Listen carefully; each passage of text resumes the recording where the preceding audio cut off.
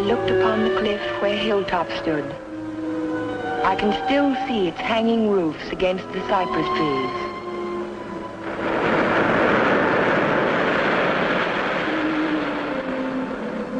But Hilltop is no more.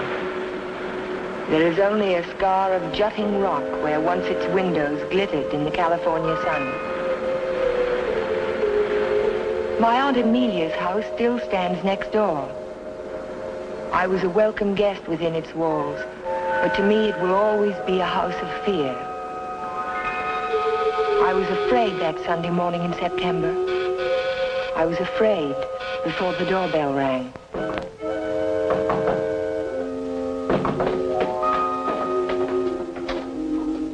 Morning, Ella. Good morning, Ray. Hello, Amelia. Where is he? Where's Cohen? Jeff? Why, what's wrong? It's a wonder you weren't murdered in your bed. Dr. Hartley told me this morning I won't permit him to stay in this house another day. What is it, Major? What's the matter? It's all right. It's all right, Amelia. I'll handle this. Where's his room? It's there, Just leave this to me. I'll take care of Cohen. Cohen! Cohen! Are you in there?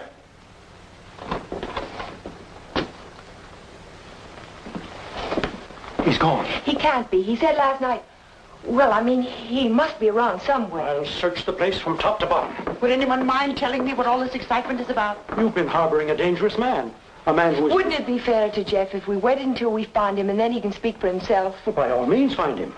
But where? Well, supposing I look in the garage and see if his car's still there. Just what did Dr. Hartley tell you?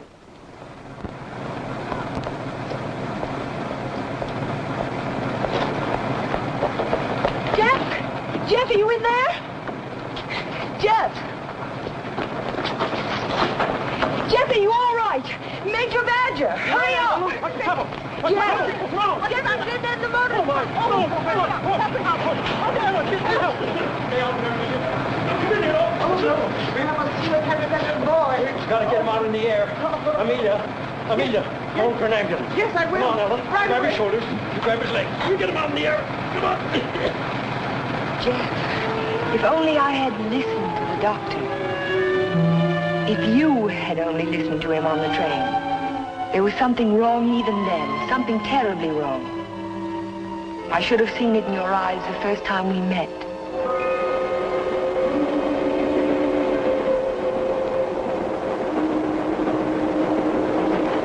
Well, hello, Jeff. Oh, hello, Doc. Patient in Los Angeles, or were you just doing the town? Oh, medical dinner at the Biltmore last night. What have you been up to? I spent a couple of days at the General Hospital. Those dizzy spells again? Nothing serious, I hope. When I need a doctor, I'll come to see you. I was getting some technical stuff for the Veterans Hospital I'm working on. Didn't I hear somewhere that Ben Shepard donated the land for it? That's right. Join me in a cup of coffee? No, thanks. I've just had breakfast. I'll see you later then. Oh, Jeff, Yes? I don't like those recurring periods of depression of yours. Why don't you come in and let me give you a checkup? One of these days.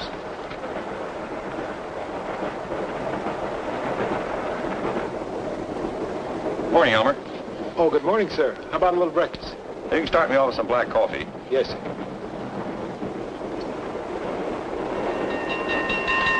May I? Yes?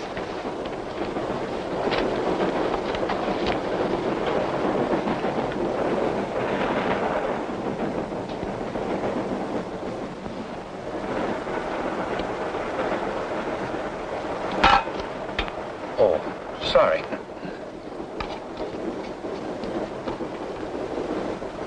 Go ahead, throw it. I'll just save the train from being wrecked. By throwing salt over your shoulder? Oh, by showing proper respect for the powers of darkness. Powers of darkness. What have we here? A disbeliever? Let's see what the tea leaves say about you. Your coffee, sir. Oh, thank you.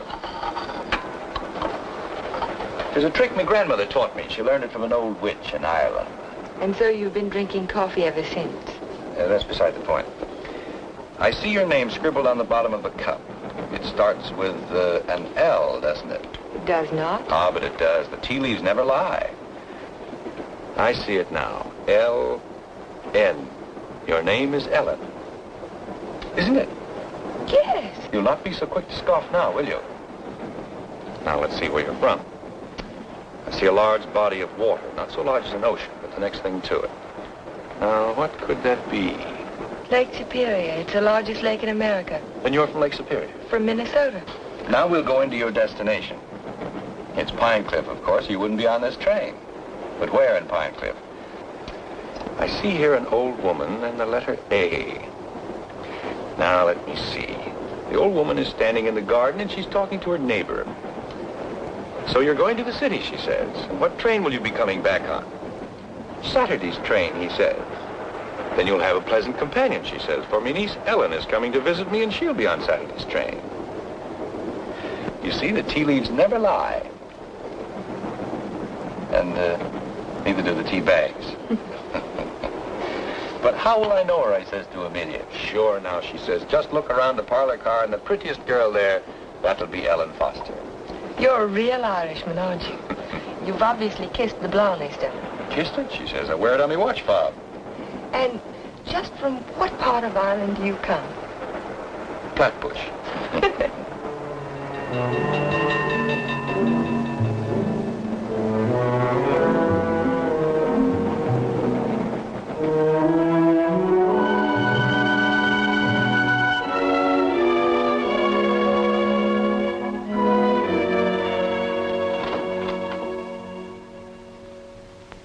Good morning, Sue. Good morning, Mr. Cohallen. Mr. Shepard here yet? Well, he's in his office. Thank you. I think this would be an ideal site for the beach club, don't you, Keith? Yeah, it certainly would, Ben. Busy, Ben? Oh, come right in, Jeff. Well, we bring the road in here and divide this section into 2-acre lots. Hold out this area for the golf course. Hi. How are you, Ben? Hello, Jeff. How was the trip? Fine, thank you. I bought you a little present while I was in Los Angeles. Found it in an antique shop. Hi, Jeff. Parents? It's a map of an old Spanish land grant. Say, that is an antique. Here's the Ibarra territory. My grandmother's grandfather, he lived right there. That was before California was a state, wasn't it, Ben? It certainly was. I keep forgetting how long your family's lived here. Only since 1820. Really? Come in. Pardon me, Mr. Shepard. What is it, Mac? Well, Sue told me you were in here. Did you take any blueprints with you when you went down to the city? No, why? Why, the rear elevations are missing. They can't be. I put them in a file Thursday. Well, they're not there now. Well, they must be. Come on, I'll help you look for them. See you later, Ben. Thanks for the map, Jeff. Glad you like it. Jeff seems to be getting awfully absent-minded lately, doesn't he? Well, the boy works too hard. Maybe so, but... Say, that's quite a map, isn't it? Oh, it's a beauty. Look, here's our beach. That's the old Spanish name for it, Costa del Rey, the Coast of Kings.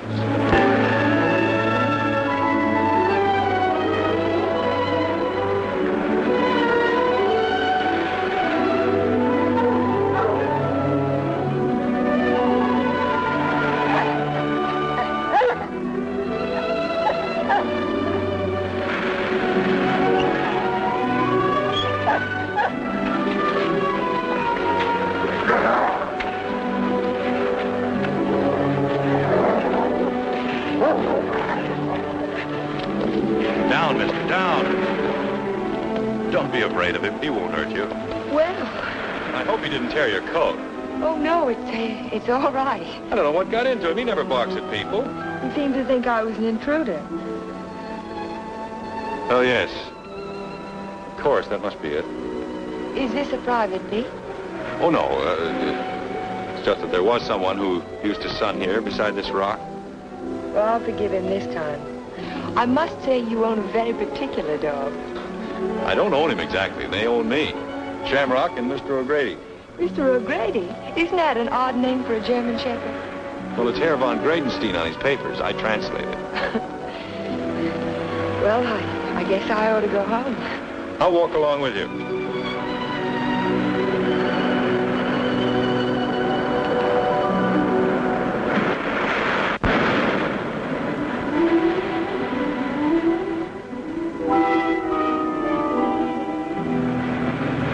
What an amazing house.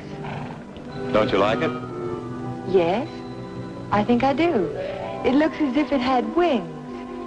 As if it could take off and fly across the sea. That's the effect I was striving for when I built it. You built it. My house. It certainly belongs exactly where it is, doesn't it? Yes, I think a house ought to blend with its environment. If it's built in a valley, it should crouch between trees. If it's on top of a hill, it ought to be part of the sky.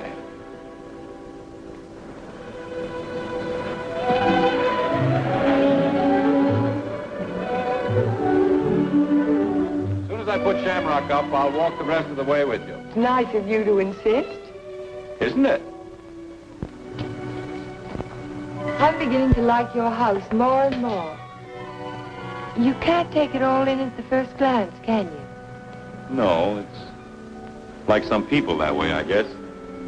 You have to know them a while. Like you, for instance? Yes, I suppose that's true of me, too. We don't have houses like that in Minnesota. Do you mind if I take a closer look at it? I thought you said you were late. Oh, another 10 minutes won't matter.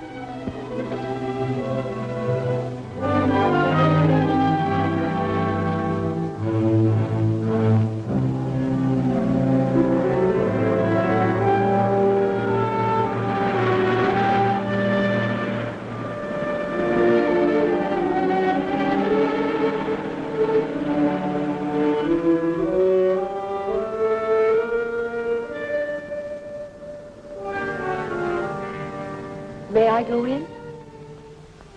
Why, of course.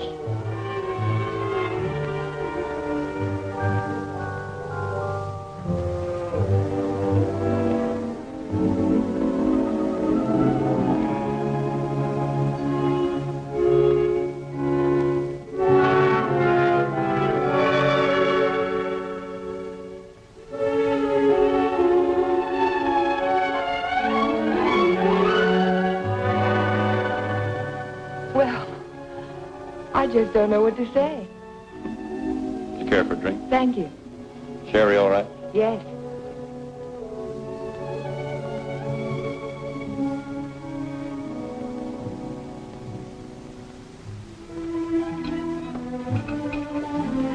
What an unusual picture. It's by Del Lopez, the Mexican modernist. Thank you. What's it called? Doesn't have a name. What does it suggest to you? Well, it's not real, but then it's not real either. It might be a garden in a dream. It might be. Or he dreamed of the girl who belonged in the garden. That's pretty good. And then she became more important than the garden, and perhaps that's why she's out of proportion. Perhaps she did. Perhaps that's why a woman gets out of proportion to a man. I really don't know anything about modern art. There isn't anything to know about it. It's like music. Its form doesn't have to copy nature to please the senses. Or does it? We were talking about art. I was talking about figures. Are you interested in figures? I have a Sivigliano. You have a what? Sivigliano, an Italian sculptor. I bought one of his porcelains with my first fee. Would you like to see it? Yes, I would. Where is it? Over by the window. Come on, I'll show it to you. This is my good luck charm. It's called Hotai, the Chinese goddess of chance. Sivigliano always...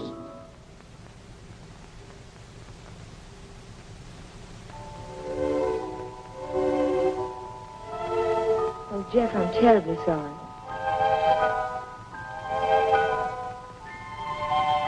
Can it be mended? No, it's beyond mending. Well, Aunt Amelia may be worrying about me. I suppose I should go home. Yes, I suppose you should.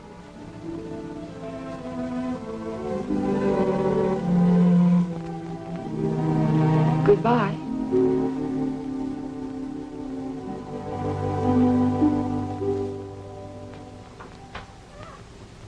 Good afternoon, Luella. Hello, Miss Foster. Is Aunt Amelia at home? I didn't see her go out. Ellen. Oh, hello, Aunt Amelia. Were you afraid I was lost? No, I was sure you could take care of yourself. But it was getting late, and I was afraid you'd forgotten about the dance at the country club tonight. Of course not. I just ran into Mr. Cohallen on the beach, and I stopped by his house for a glass of sherry. You were inside Hilltop? Why, yes. You don't disapprove, do you? After all, I'm a little old to need a chaperone. But no one's ever been inside Hilltop before, No one. except Jeff.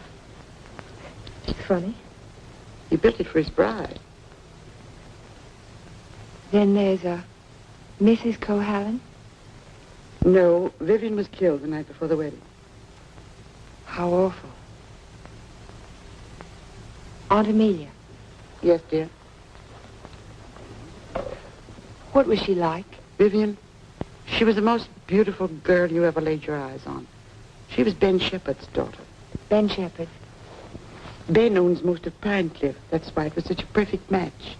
Jeff was a protege of his, more like a son. And when he fell in love with Vivian, Ben was delighted. Of course, he adored Vivian, especially after her mother. And I shouldn't talk about a mother. It was such a scandal. Poor Ben. Aunt Amelia, you said that Vivian Shepherd was killed. Was it? It was an accident. Jeff told Ben it was bad luck to have a party before the wedding, but Ben insisted. There were so many people there. Jeff and Vivian stole away in her car, and 5 minutes later she was dead in a collision at 12-Mile Drive. You never can tell what private tragedies people have had, can you? I mean, when you first meet them. He seemed so light-hearted on the train. He can be that way sometimes. The next minute he's strange, like never inviting people into his home and never mentioning Vivian's name. I can tell you one thing. We've been pretty worried about Jeff, but the way he's been acting. Well, how would you expect him to act after a shock like that? Seeing the woman he loved killed right in front of his eyes? It's a wonder he didn't go out of his mind. Don't get so excited, dear. I'm sorry. And don't get too interested in Jeff Cohallen. There are other attractive men in Pine Cliff. Oh, men who aren't... Men who aren't what, Aunt Amelia? Well, after all, he has had a tragedy in his life, and it's only a year ago. Hadn't we better get dressed? Yes.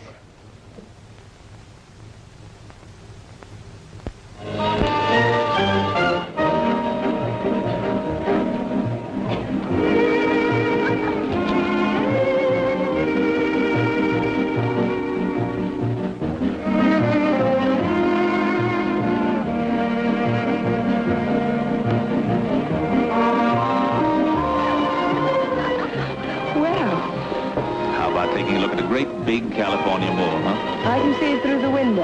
Yes, what I had in mind was a personally escorted tour. Think of my reputation, Mr. Ferris. But I am thinking of it. A new girl in town seen walking with me in the moonlight while the stag line will give you a rush. I never encourage stag lines. There's no future in them. Well, in that case, we'll sneak out quietly, huh? No, thank you. Thank you, but no. Cold climate, Minnesota. Yes, isn't it? Let's go down to the bar and talk it over. All right. I see you know our local hero. We've met. Charming fellow. Yes, he is. I suppose you fall madly in love with him. Everybody else does. Except you, Mr. Ferris. Oh, I think he's just ducky. Did you children enjoy your dance? It was just ducking. Keith, you must sit down and have a drink with us. I thank you. I'd like to. Hello, Amelia. Hello, hello. Welcome home, Dodo. Thank you. Good evening, Major. This is my niece, Ellen Foster. This is Miss Ferris, dear. How do you do? How do you do? And Dr. Hartley. Why, yes, we met on the train. My name is Ferris, too. You, I know. A waltz, Major. Now, you two stay right here and don't you move till we get back.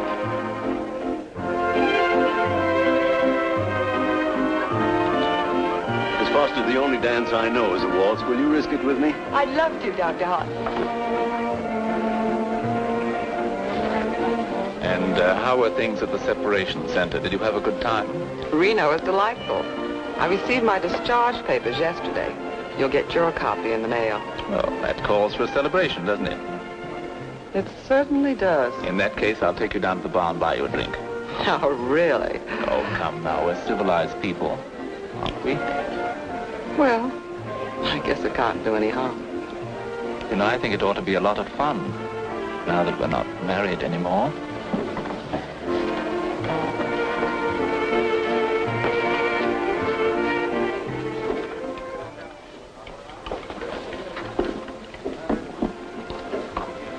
What do you think your chances are? Ben, I built more hospitals in the South Pacific in 1 year than the average architect will see in a lifetime. The only competition I'm worried about is Talbot and Talbot. Huh? Not that I can't compete with them professionally, but they seem to know how to play the political side of it. Well, that won't count here. I hope not. Anyhow, I'm indebted to you for a crack at it. I merely suggested that they invite a local architect to submit plans. Jeff, you're looking pretty seedy. Sure you haven't been working too hard?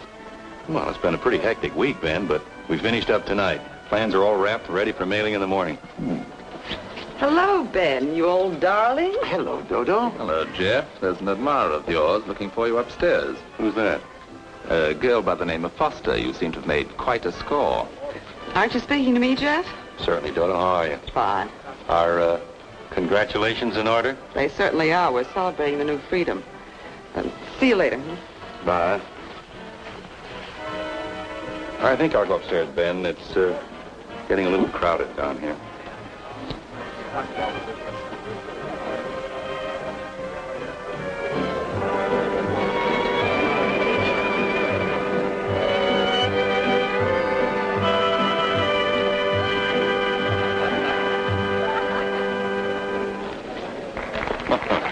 Too long? I'm completely exhausted.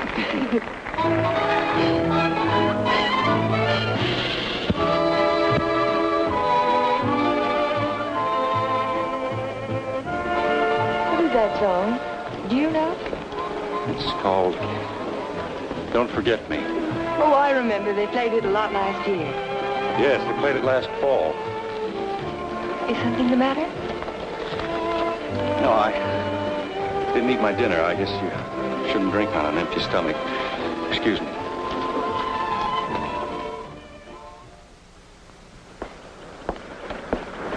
Here, Butch.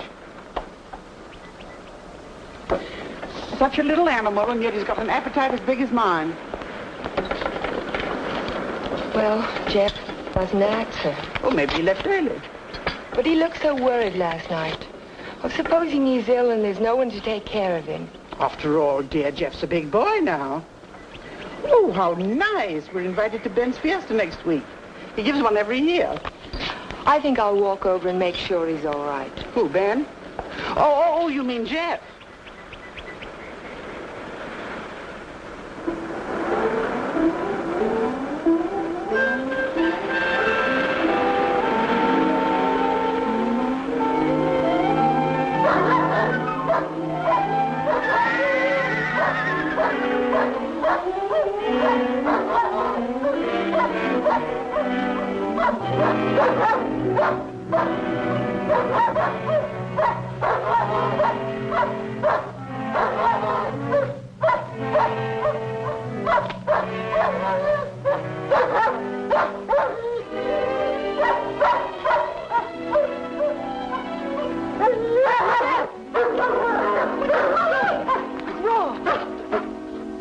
Look at his right front leg.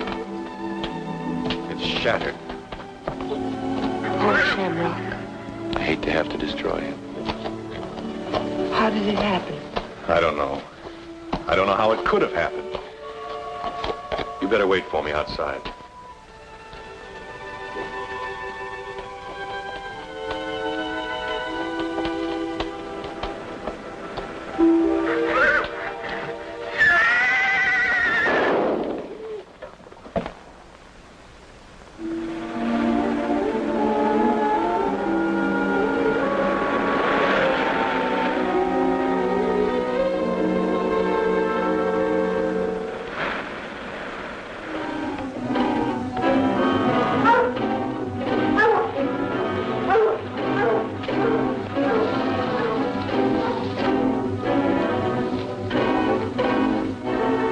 Did you see which way he went? Who? The man. What man? He was hiding in the bushes. Didn't you see him? No. I only saw some branches move, that's all.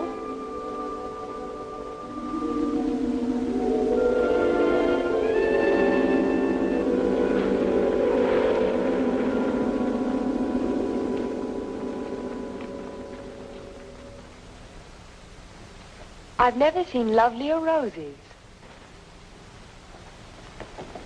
What are they called?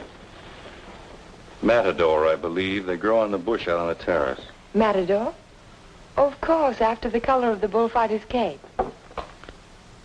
Or the bull's blood. Jeff, I'm so sorry about Shamrock.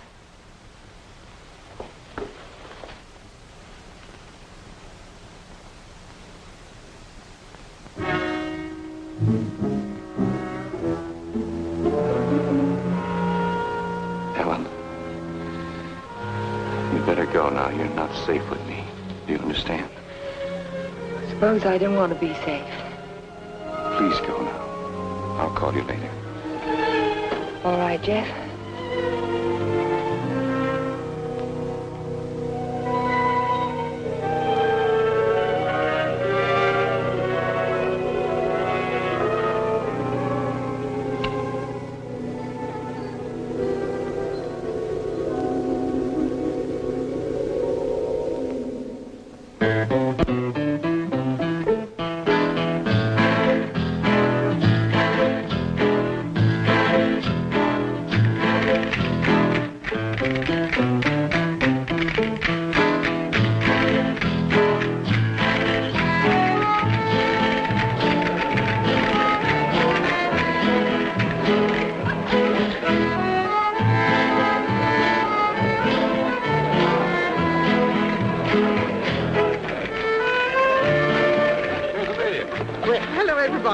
Ben, this is a wonderful part. Oh, thank you, Amelia. Tell me, have you seen the Major? Why, yes, he's right over there. Thank you. Excuse me, please. Certainly. Will you excuse me, please? All right, Ben. Thank you. Major, I wonder if you could tear yourself away from these charming people and come and speak with Mrs. Atkinson. She's dying to talk to you. You know, for a woman like you, Go ahead, tell me. What does a certified public accountant do? Especially a pretty certified public accountant. I compile actuarial tables for an accident insurance company. What are the odds against a man fracturing his arm? That sort of thing. Oh, what are the odds? 90 to 1 that you won't break your arm this year. Well, that's good. But if you do, it's 2 to 1 that it'll be the right arm. Well, have you noticed that in your practice? No. What I've noticed is that my patients have all their fractures just when I'm ready to sit down to dinner.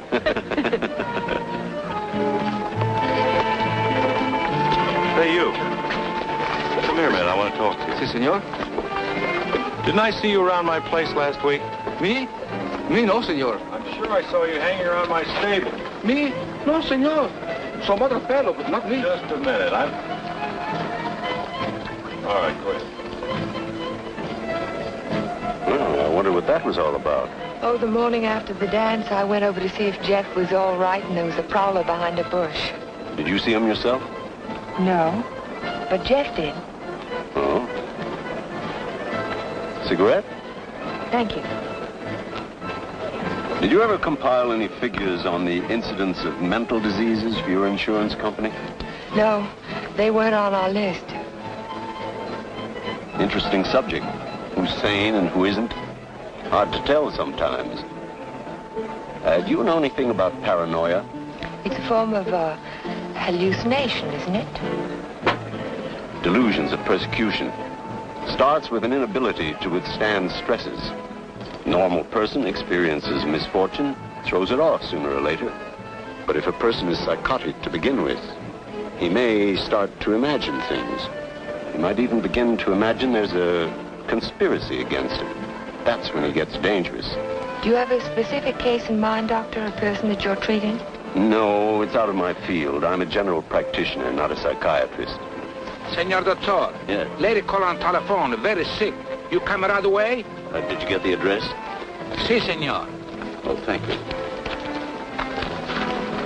Forgive me, please. Of course.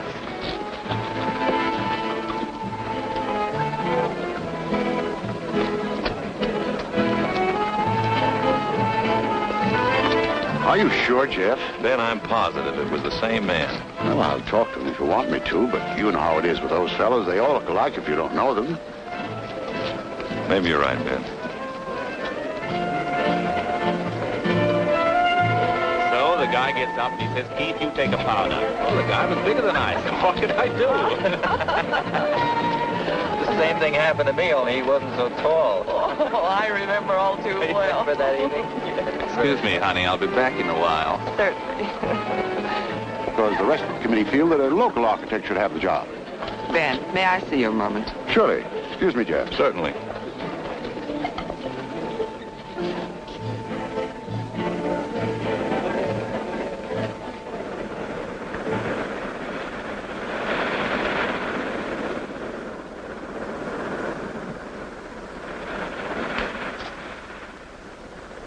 Well, if it isn't Miss Icicle from Minnesota. Good evening, Mr. Ferris. Call me Keith. It was nice of you to find this secluded spot.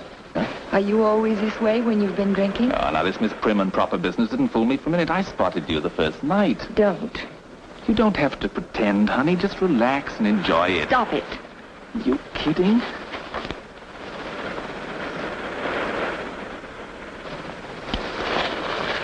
Jeff. Hello, Galahad. Been playing Peeping Tom? Get out.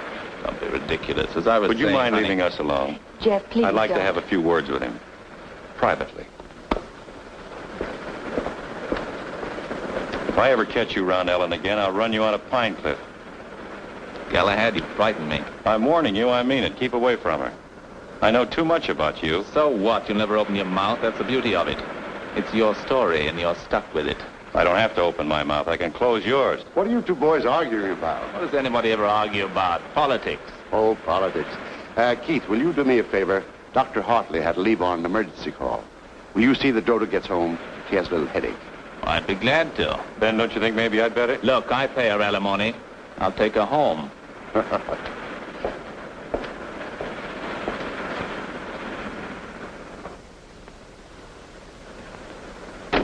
It was a lovely, lovely party, darling. I'm glad you enjoyed it. You're sure I can trust you to take her straight home? Oh, the car knows the way, Ben, all by itself. Good night, then. Oh, Ben. Yes? It might be a good idea to keep an eye on Jeff tonight. See that he doesn't drink anymore. He was getting a little out of control. Thanks, Keith. I'll watch him. Good night.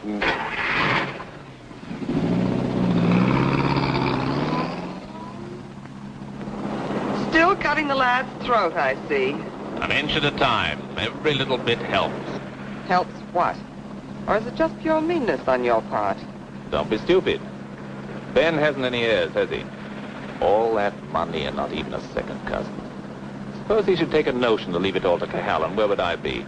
Out in my ear the day after the will was filed. Well, you don't think he's going to leave it to you, do you? No? No, I'm voting for charity. With Keith Ferris as administrator of the estate. What would you think of a Vivian Shepherd Foundation for something or other? That turns even my stomach. Oh, I'm very well, thank you. You were in the cavalry, weren't you, Major? Well, I'd like to ask you a question. Can a horse break its leg in its own stall? What's that? You think it's a chance in a million? No, I was just computing the odds on an accident that happened last week. Well, thank you very much for the information, Major. Good night.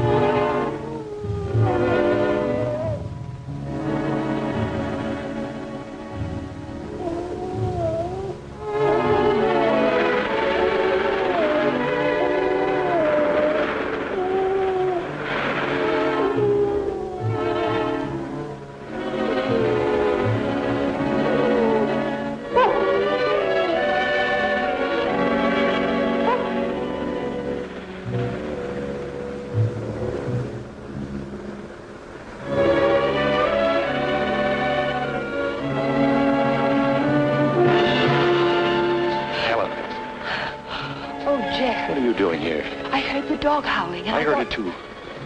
Could you tell where it came from? No. It's around here someplace, but I can't locate it.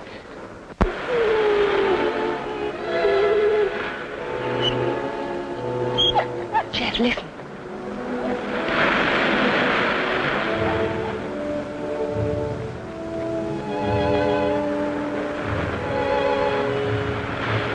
What's the matter, mister?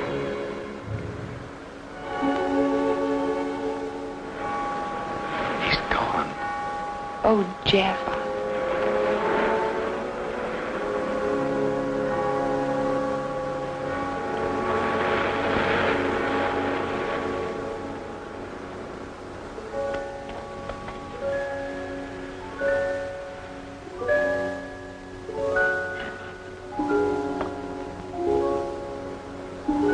Well, that's about all we can do tonight. Jeff, I want to talk to you. Well, not now. I'm sorry, I didn't mean to be rude, but I'm just not in the mood for conversation. You have to listen. It's important. Well, let's go up to the house.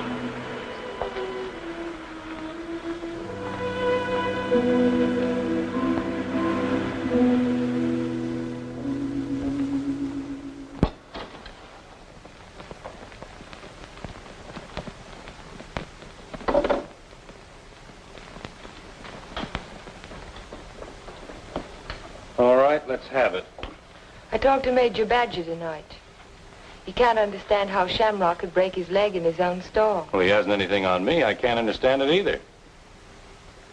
Unless it's bad luck. Don't call it luck, Jeff. What would you call it? I'm not sure. A few days ago, this rose was on your matador bush. It was alive and beautiful. Now it's dead. Was that bad luck, or was it cause and effect? You picked it, so it died. I didn't pick it. The whole bush died overnight for no reason. There must be a reason. There's always a reason for everything. Is there? Maybe you can give me a reason for this. Take a good look at it. It looks different. Is it the way the light hits it? It isn't the light, it's the colors. Look at it again. Oh, I see what you mean. They faded, haven't they? All the life's gone out of it. Your rose bush dies. Your painting fades. But have you ever had a common, ordinary fall, Jeff? What do you mean? 65% of all accidents are falls. Falls down a flight of steps, falls out of a tree, falls off a ladder, or in a bathtub. But nothing of that sort ever happens to you. It's too ordinary. Your kind of accident has to be unique. What are you driving at? Your bad luck, Jeff. It's a little too bad to be true. Your porcelain figure fell off the table while nobody was in the house. Shamrock broke his leg while he was in his own stall. Now your picture fades. It's too bizarre, Jeff. The impossible can happen, but not over and over again. Are you trying to tell me they didn't happen? No, they happened all right, but it wasn't luck. Can't you see the pattern that runs through all your accidents? Shamrock, Mr. O'Grady, your picture, your statue, your rose bush, and the collision on the highway last year. That's when it all began. 6 accidents, and every one of them killed something you loved. Do you know what the mathematical odds are against a run like that? 1 billion to 1. Are you telling me they weren't accidents at all? No, I'm only trying to tell you that lightning can strike twice in the same place, Jeff, but not 6 times. You mean you think that all of these things have been planned by someone? Someone who hates you, who's trying to destroy you. Who could it be, Jeff? I don't know. We'll find out. We'll go back to the beginning, the night that Vivian was killed. We'll talk to the policeman who reported the accident. We'll find the garage they took the car to. We'll ask 1,000 questions about the accident and about Vivian. Ellen. We'll start tomorrow morning. We'll look for witnesses. Ellen, wait a minute. Perhaps the ambulance driver will remember something. I'll find him and I'll talk to him. You won't talk to anyone. Well, why? Why won't I? Because I don't want you to. But, Jeff... Listen to me. I don't want you asking questions. I don't want you investigating anything. This is my affair. I'll handle it my own way. I was only trying to help you. Well, now you've let me know where I stand. You don't want any help from me. right, then do it your own way. Ellen, listen to me. Just don't let any black cats cross your path. And if you see a horseshoe, pick it up and spit on it and throw it over your shoulder. That ought to take care of everything. Ellen.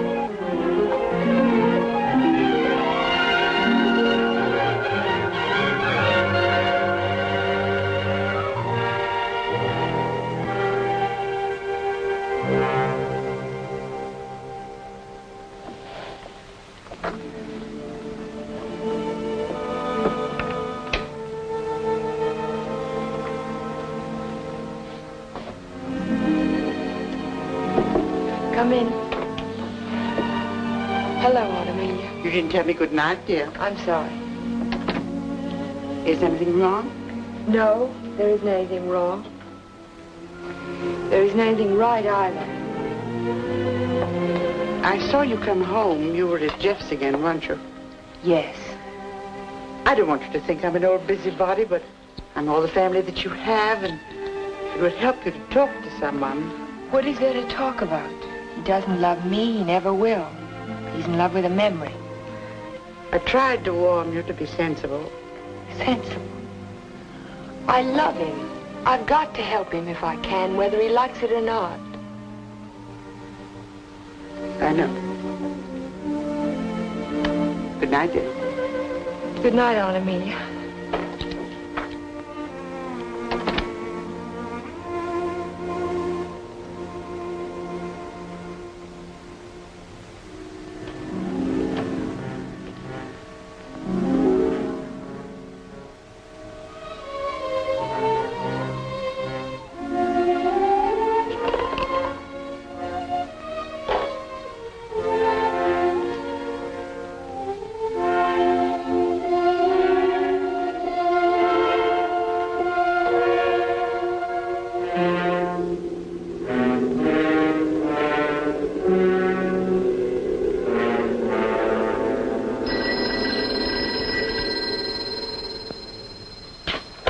Hello? Hello, Jack. Oh, yes, Ellen.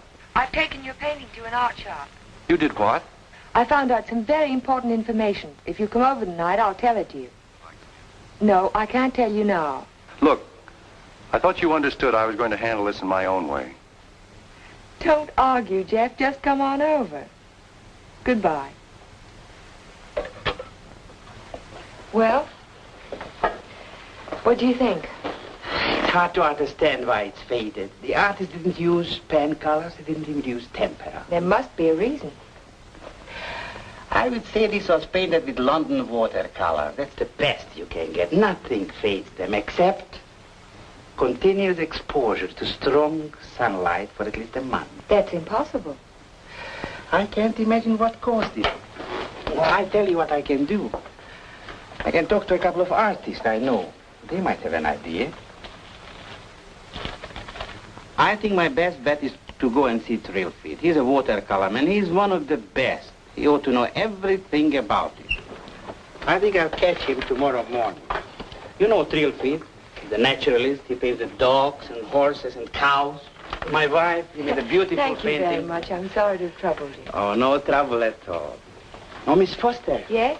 I just remembered something. Years ago, I framed some pictures for a painter by the name of Torres, Vicente Torres. One of the paintings was an old lady playing the guitar. It was a watercolor. And it faded? The man who bought the picture took sun lamp treatments that winter, and he took it on a couch right under the painting, and he was mystified why the color faded. So Vicente found out that the rays from the sun lamp broke down the pigment. Can you remember the name of the man who owned that picture? I don't think I ever knew. It was some local man. What about the artist? Is he still in Pine Cliff? Torres? He died 5 years ago. Oh. Thank you again.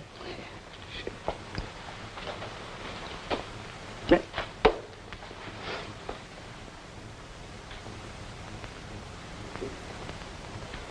Very strange. Have you told anybody else about this? Of course not. But someone in Pine Cliff knows that you can fade the colors out of a painting by turning a sun lamp on it. If we can find out who owns that picture, Jeff, the portrait of the old woman with the guitar... What would it prove? If somebody wants to destroy a painting, there must be 100 easier ways of doing it. That's not all. Read this.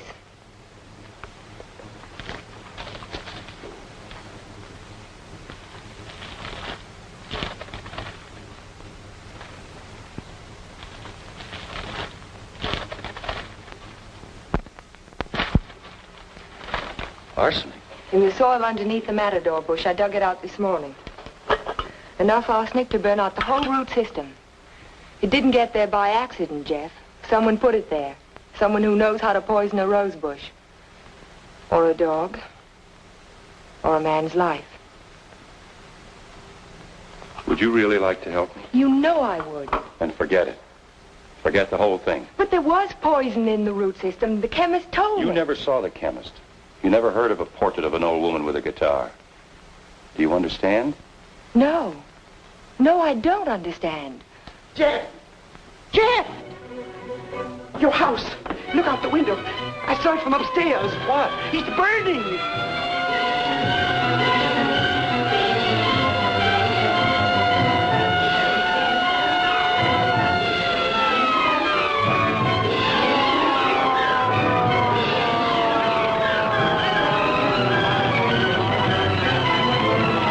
Sorry, we won't be able to save much, Mr. Cohallen. The fire got too big a start.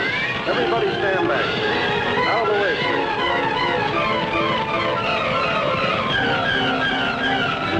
Hello, Jeff.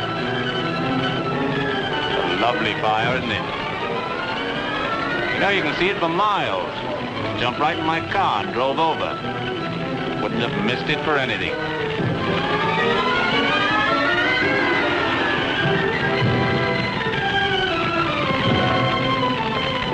I'm so sorry, Jeff. Such a beautiful house. I'm glad it's gone.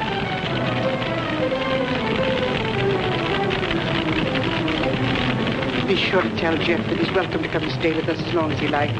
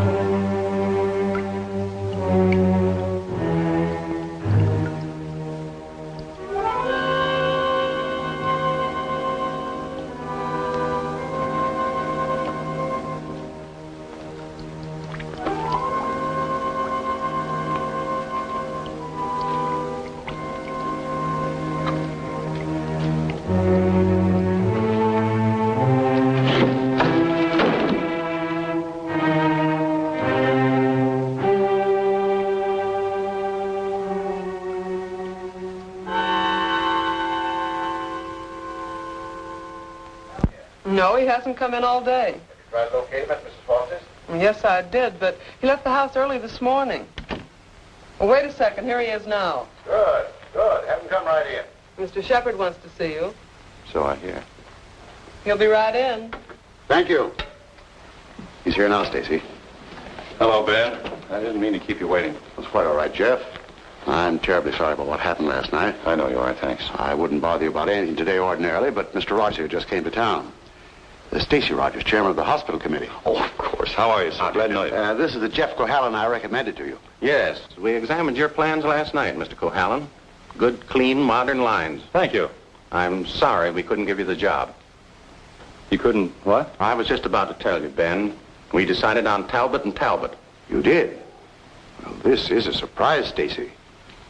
Which was it, Mr. Rogers? Politics or stupidity? I beg your pardon. If they'd given it to Magruder or Chesney and Pike, I wouldn't have said a word because I know the boys would have gotten a good, modern hospital. But Talbot and Talbot haven't had a new idea since Burnham did the Flatiron Building. Oh, now, take it easy, Jeff. Oh, they're not architects. They're political finaglers. Maybe you can tell me just one detail in their plan that was an improvement over mine. Name just one. Young man, your attitude doesn't deserve a reply.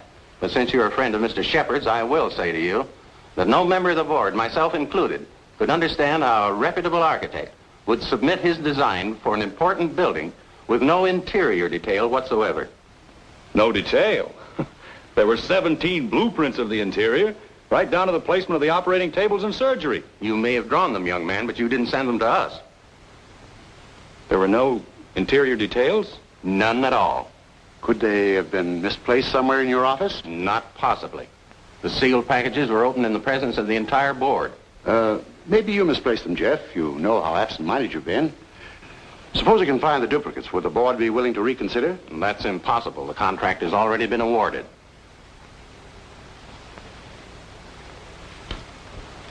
Well, this is quite a shock, Stacy. I felt sure that Cohalan would get this job. Oh, I'm sorry, Ben, but you understand my position. Jeff, you weren't going off without me, were you? Without you? You told me to drop in at 5:30 and you'd drive me home. Do you remember? I'm not going home now. Was anything wrong? Everything's wrong. Come on, let's get out of here.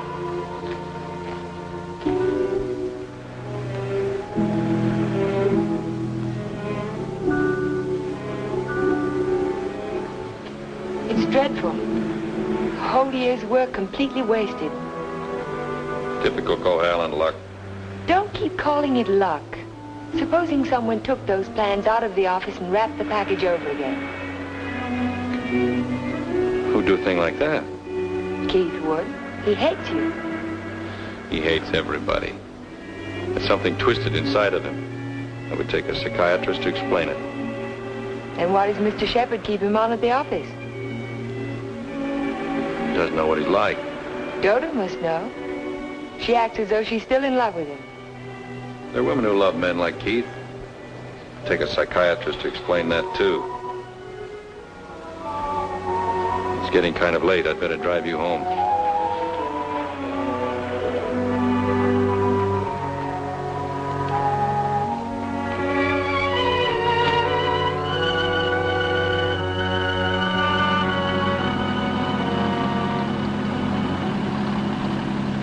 Isn't this near where...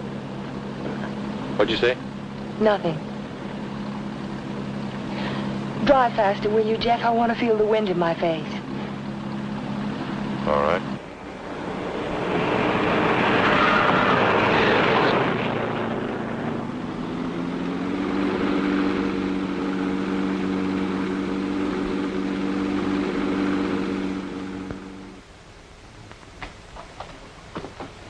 Here you are, Miss Foster. 296 Hall Street, Fall River, Massachusetts. Thank you very much, Sergeant. Just one thing more. The accident happened on 12 Mile Drive, didn't it? That's right. Just 3 miles from Pine Cliff. Thank you very much. Traffic department. Miss Foster. Who? Just a minute, please. Oh, Miss Foster. It's for you. For me? Hello? Miss Foster? This is Dr. Hartley. Oh, hello, Doctor. How on earth did you know I was here? My office is just across the street. I saw you go into the police station as I parked my car. Are you in trouble, Miss Foster? In trouble? Why, no. I mean, not exactly. I think you better drop into my office. Can you come over right away? Well, I have a long-distance phone call to make first. Well, just as soon as you complete your call. Yes. I think I could come by in about 20 minutes. Thank you.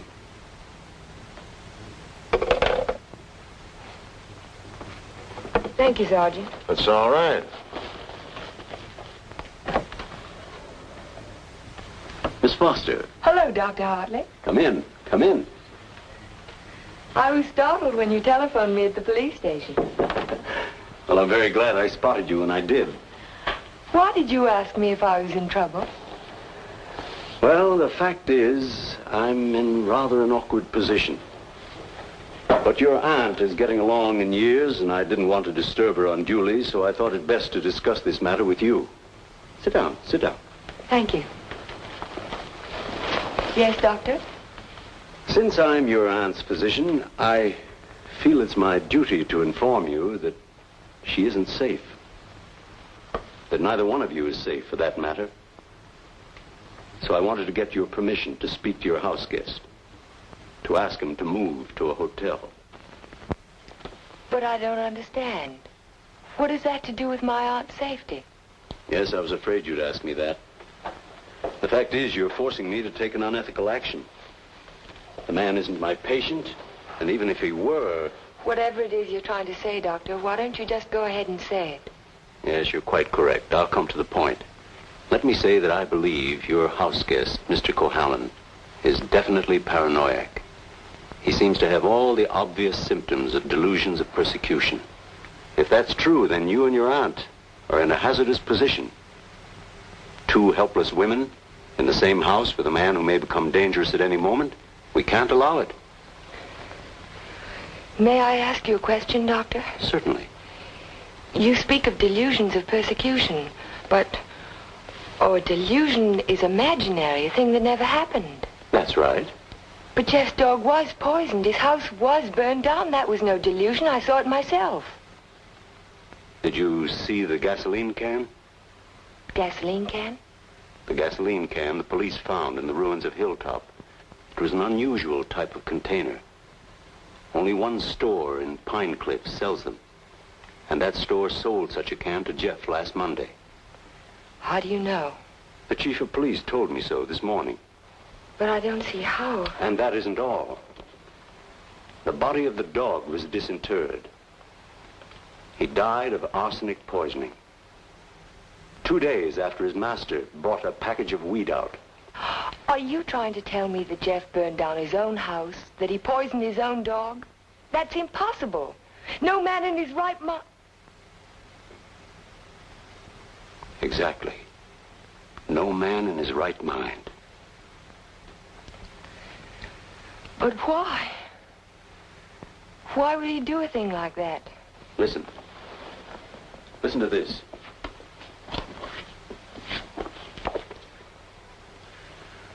Once the feeling of guilt is firmly established in the subconscious, the patient may do injury to himself as a form of penance or self-imposed retribution.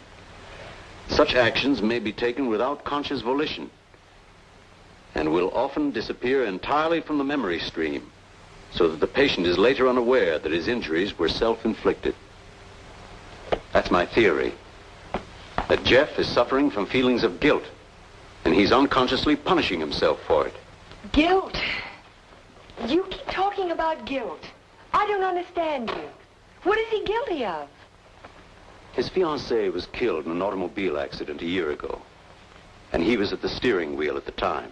It would be an unusual man who didn't reproach himself under those circumstances, even if he was blameless.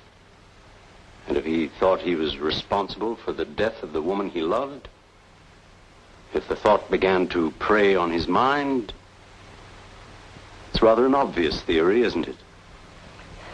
Yes. Then I have your permission to speak to him. I'll be as tactful as possible. No, not yet. Not until Friday. Friday? I've got to have time to think about it. I'll be very careful, but promise me you won't speak to him yet.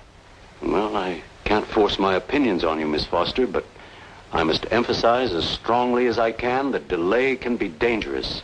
Extremely dangerous. I'll be very, very careful, Dr. Hartley. I hope you will, Miss Foster. Thank you.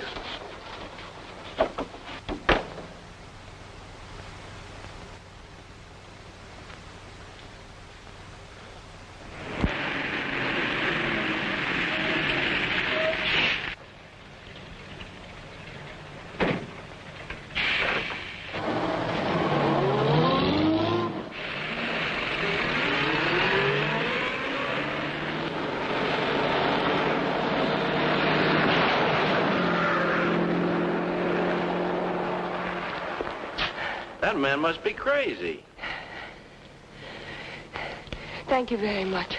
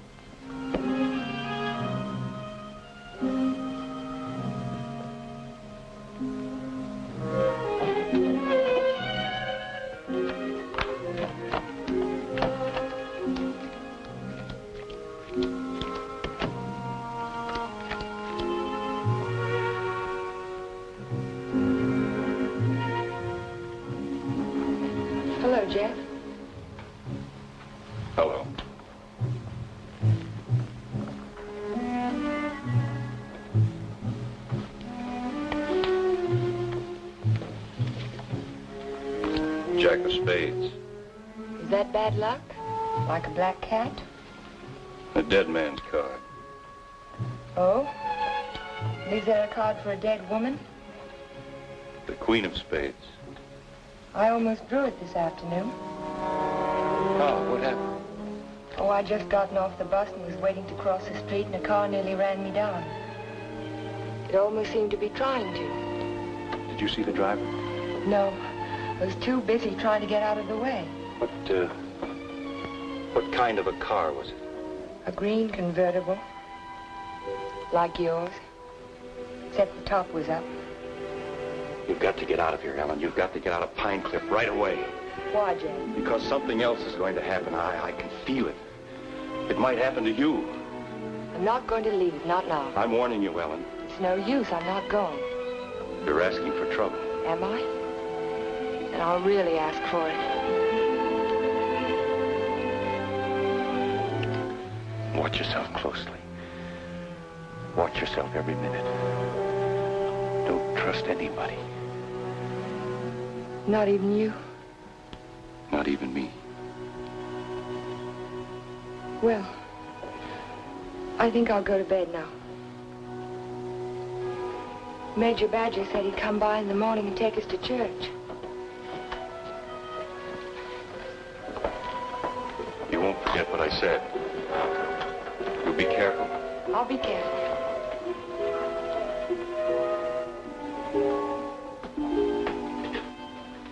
Jeff. Yes? How long have you known Dr. Hartley? For years, ever since I came to Pine Cliff. Has there ever been any bad feeling between you? No, why should there be? Well, he thinks that the shock of Vivian's death might have affected your mind. He thinks that you might be paranoid.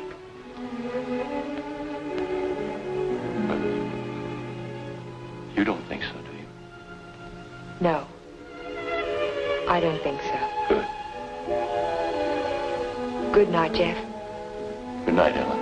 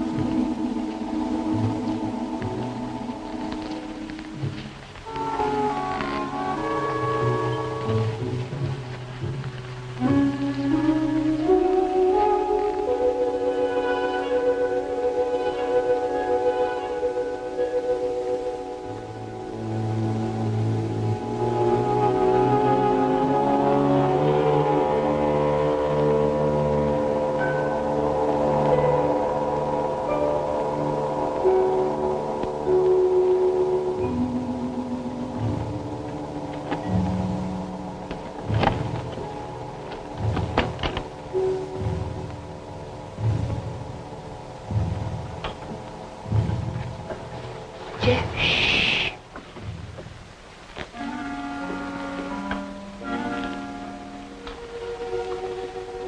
I had to see you again.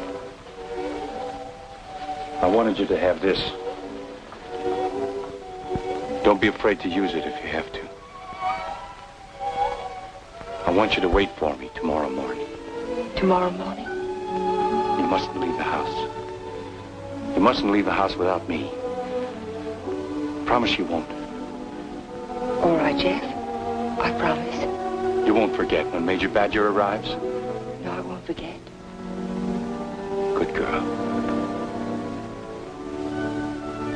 Good night.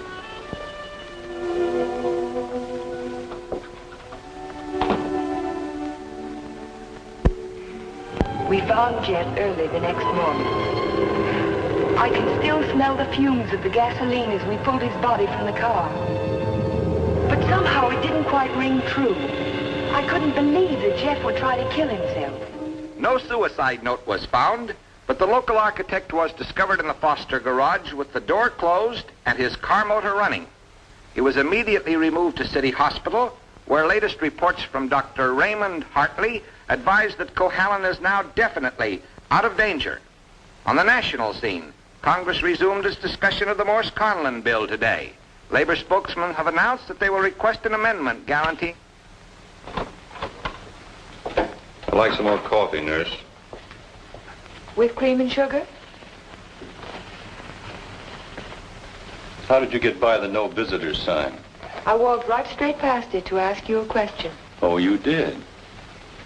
Well, suppose you walk right straight past it again, going the other way. Not till you've answered my question. Would you rather I rang for a nurse? Oh, you weren't that way on Saturday night when you needed me. I made you a promise then and I kept it. Now I think you owe me the answer to one question. Just one. Well, I won't ask you why you came to my room that night. I know the answer to that one. Oh, you do? Certainly. You wanted to make sure that I'd find you on Sunday morning before the motor ran too long. You probably didn't start it until after the major rang the doorbell. You don't miss much, do you? You counted on that, too. You knew that when we couldn't find you in your room, I'd think of looking in the garage, no thank you, to see if your car was still there. You have all the answers, haven't you? All except one. Why did you fill those buckets with gasoline? Fill the bucket. Oh, you saw that, too? Yes. I wasn't filling buckets. I was draining the gas tank.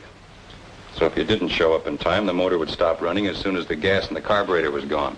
But why? Why did you do it? You had your question. Don't be technical. Why did you pretend to commit suicide? When that car almost ran you down Saturday morning, you don't think that was an accident, do you? I couldn't get you to leave town, so I had to give him a different target. Different target? Me. Man doesn't kill my rose bush and my horse and my dog and then stop there. He must want to kill me. I can't wait any longer, not while strange automobiles are trying to run you down on the highway. I've got to force his hand now. I want him to think that it's safe to take a shot at me. Don't you understand? Not quite. I've tried to commit suicide, haven't I? It was on the radio. It says so right here. So what if somebody takes a shot at me now and leaves the gun in my hand? It's an open and shut case, isn't it? The police wouldn't even investigate. So he's free to kill me now if he can. Doesn't have to hit around the edges anymore. But keep away from me. Don't stand too close to the target. Is that why you wanted me to leave Pine Cliff? That's why I want you to go home now and stay there. Lock the doors from the inside. If you have any visitors, don't let Aunt Amelia out of your sight. Don't trust anyone. Where will you be if I want to find you? I don't know, but I have to get out of here. I can't wait for him to make the next move. I've got to get out and go after him. You say the exhibit was in 1939? The summer of 39. I ought to have that catalog somewhere.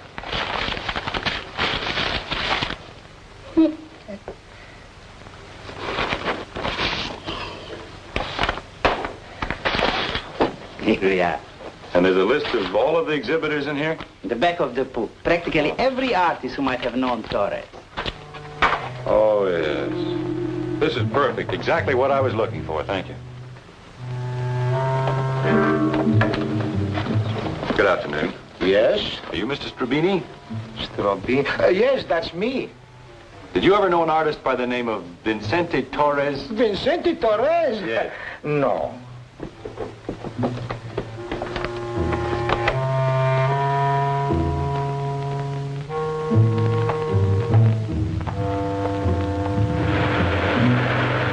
Vincente Torres? Certainly I knew him well. Watercolor man. No sense of depth. Do you recall a painting he did, a portrait of an old woman with a guitar? An old woman with a guitar? Don't believe I ever saw it.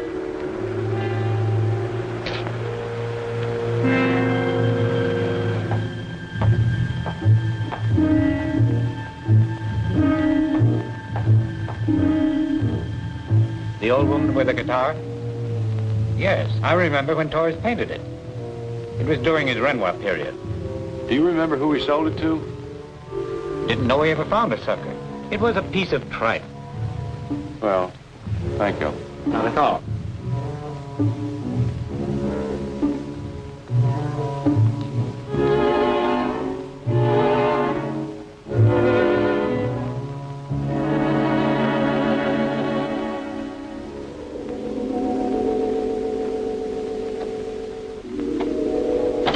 Why, Mr. Cohallen, Hello, Sue. you had a few phone calls. Anything important? I don't think so. A man named Carter called. Said he was a friend of an artist that you knew. The name sounded like Boris. Was it Torres? Could be. Did he leave a number? No. He said he'd call back around 6. What's after that now? When Mr. Shepard's anxious to see you. He's still in the office. Okay. Shepard Estates. Oh, yes, just a minute.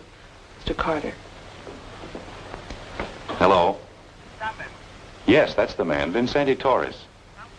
Do you remember a watercolor he painted, a portrait of an old woman with a guitar? You do? Do you remember who bought it? You're absolutely certain? Oh, thank you.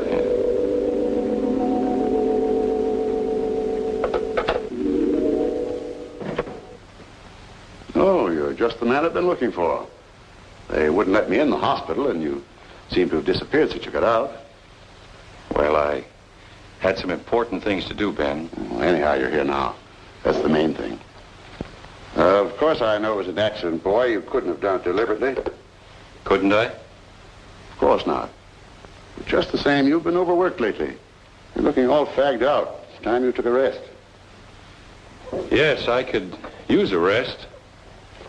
A nice long rest. It's just what I had in mind.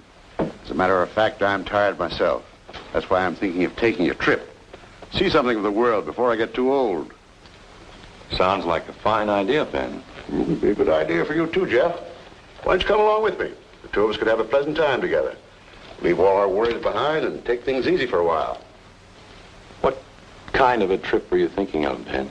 Oh, I haven't made up my mind. Where would you like to go? Oh, an ocean voyage might be nice. If the ship had a low rail and a long drop to the water. Or Niagara Falls might be handy, or the top of the Empire State Building. Don't talk like that, Jeff. Don't even think of such things. I wasn't thinking of suicide, Ben. I don't expect to jump. I expect to be pushed. You're crazy, Jeff. You're talking like a paranoiac. Where did you get that word, Ben? Did you read it in a book, complete with all the symptoms? I'm only trying to help you, but if you're going to take this... Sit down, Ben. Sit down and listen. You had all the tools to work with, didn't you? Your ranch hands who think you're a king will do anything you tell them to. I was out your place yesterday, Ben, looking for Pedro. They told me he didn't work for you anymore. Hadn't since the day after my house burned down. You let him go, didn't you? After he'd done his job. I'm beginning to think the doctor's right. I'm beginning to believe you do have delusions of persecution. Paranoia, Ben. You learned the word. Use it. When did you first plant the idea in Hartley's mind? Did you say, I'm a little worried about Jeff, and tap your finger on your forehead? Jeff, I'm not going to talk to you any longer. You're not in your right. Not while you're in your present mood. I wouldn't do that if I were you. You haven't answered my questions, Ben. Are they too difficult? Let's see if you can answer an easy one. Whatever happened to that painting that used to hang in your living room, the portrait of an old woman with a guitar? Wasn't in the living room, it was in my study. Why? When'd you get rid of it, Ben? After it faded? After you found out what a sun lamp can do to a watercolor? You want to know who put me on your trail? You did yourself. When you tried to convince me I couldn't trust my memory anymore. I hate to say this, Jeff, but you can't trust your mind anymore. Can't I? I made a written list the night I wrapped the hospital plans to make sure nothing was left out. And 17 blueprints were missing when the package was opened by the state board. No one could have tampered with that package but you. No one else knew it would be on my desk overnight. I didn't know anything. Yes, you did. I told you. At the country club. You wanted to destroy my faith in my work, didn't you? It was the only thing I had left. Oh, Jeff, this is ridiculous. That's what I thought at the beginning. But once I began to suspect you, it all fitted together. I even remembered that your foreman was in the store the day I bought the can of gasoline. That gave you an idea, didn't it? Yes. It gave me an idea. How do you like your own medicine? How do you like waking up every morning wishing you were dead? Then you don't deny it anymore. No. I'm glad you found out. Because you can't do anything about it. Go tell somebody I poisoned your dog. Go say I burned down your house. You know what they'll think, don't you? They'll think you're crazy. I don't care about the others. It's what you think that's important. You've been like a father to me, Ben. In a funny kind of way, you still are.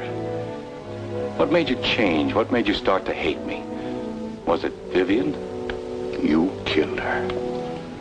I did everything for you that one man can do for another. And how did you repay me? You murdered her. Not murder, Ben. Not murder. A drunken man at the wheel of an automobile. What is he if he isn't a murderer? Can't go in there.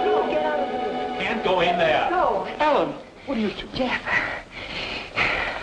Mr. Shepherd, this is Mr. Nelson of Fall River, Massachusetts. Last year he was driving through California, and when he reached Pine Cliff, he had an accident on 12 Mile Drive. Is this the man who was driving the car in which the girl was killed? Well, you said not to say anything when you paid my damages. Go ahead, answer. No. No, it wasn't. It was that fella back there.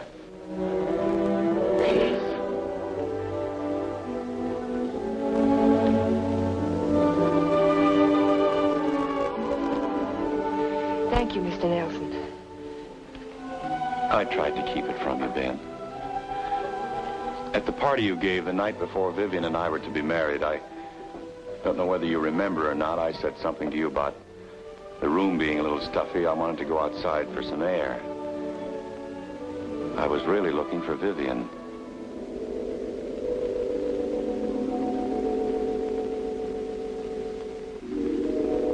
I found her, all right. I heard them talking to each other. It wasn't anything new, Ben. It had been going on for years. All the time I was overseas. He was telling her why he'd never marry her. He couldn't. Dodo wouldn't give him a divorce. So she said, we'll run away without a divorce.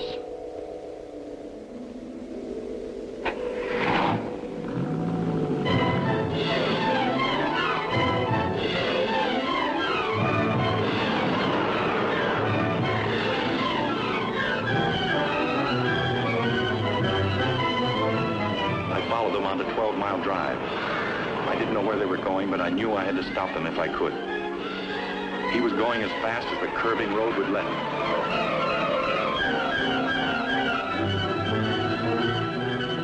I tried to catch him, but he was driving like a madman. We were coming to the fort where 12 Mile Drive meets the highway. I saw a car approaching on the main road. Ferris didn't see the other car. I knew what was coming, but there was nothing I could do to stop it.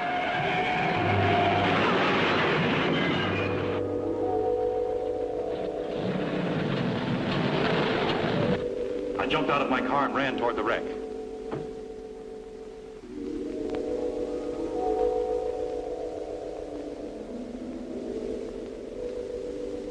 He said, do something for her. But there was nothing anyone could do for Vivian.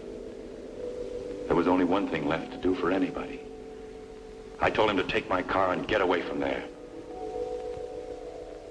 I didn't want you to find out how she died, Ben. Or what she was really like.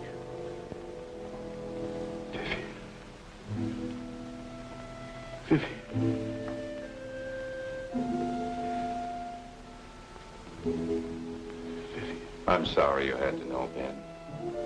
Even now.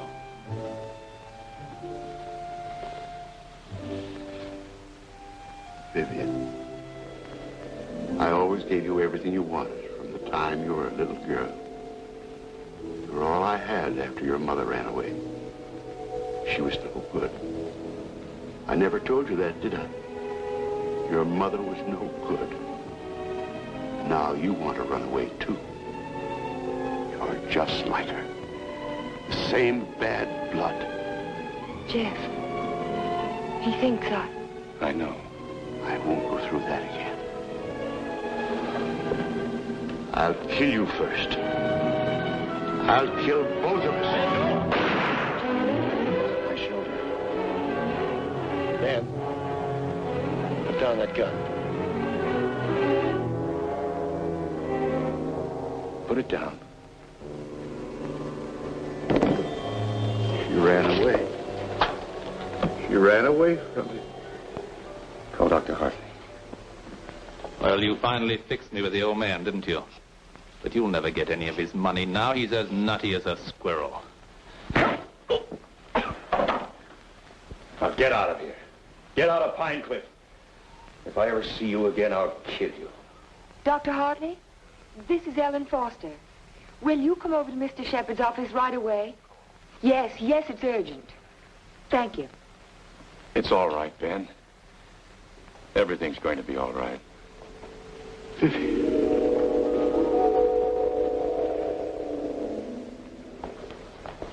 Well, Doctor, will he live? He's healing beautifully. No infection, no complications, simple perforation of the deltoid. And all the time I thought it was my shoulder. You won't need that thing anymore. Good. Yeah. He'll be as good as new in a week. Tell me about Ben. Well, Amelia, Ben was the psychopath, of course, from the beginning. I ought to have suspected it, of course. Now he's had what the psychiatrists call a catharsis. He's brought his troubles out into the open. Ellen helped to bring them out when she phoned Fall River. He'll be all right now, in time. Well, I'm very happy to hear that. Well, I hate to drag myself away, but the ill and injured are waiting. I'll see you to your car, Doctor. Bye, Ellen. Jeff? Goodbye, Dr. So long, Doc. And now, young lady, suppose you come along with me.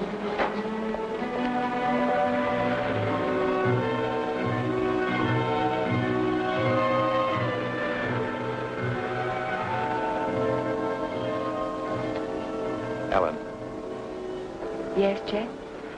There's something I've been wanting to ask you. Yes, Jeff? How in the world did you ever find that fellow from Fall River?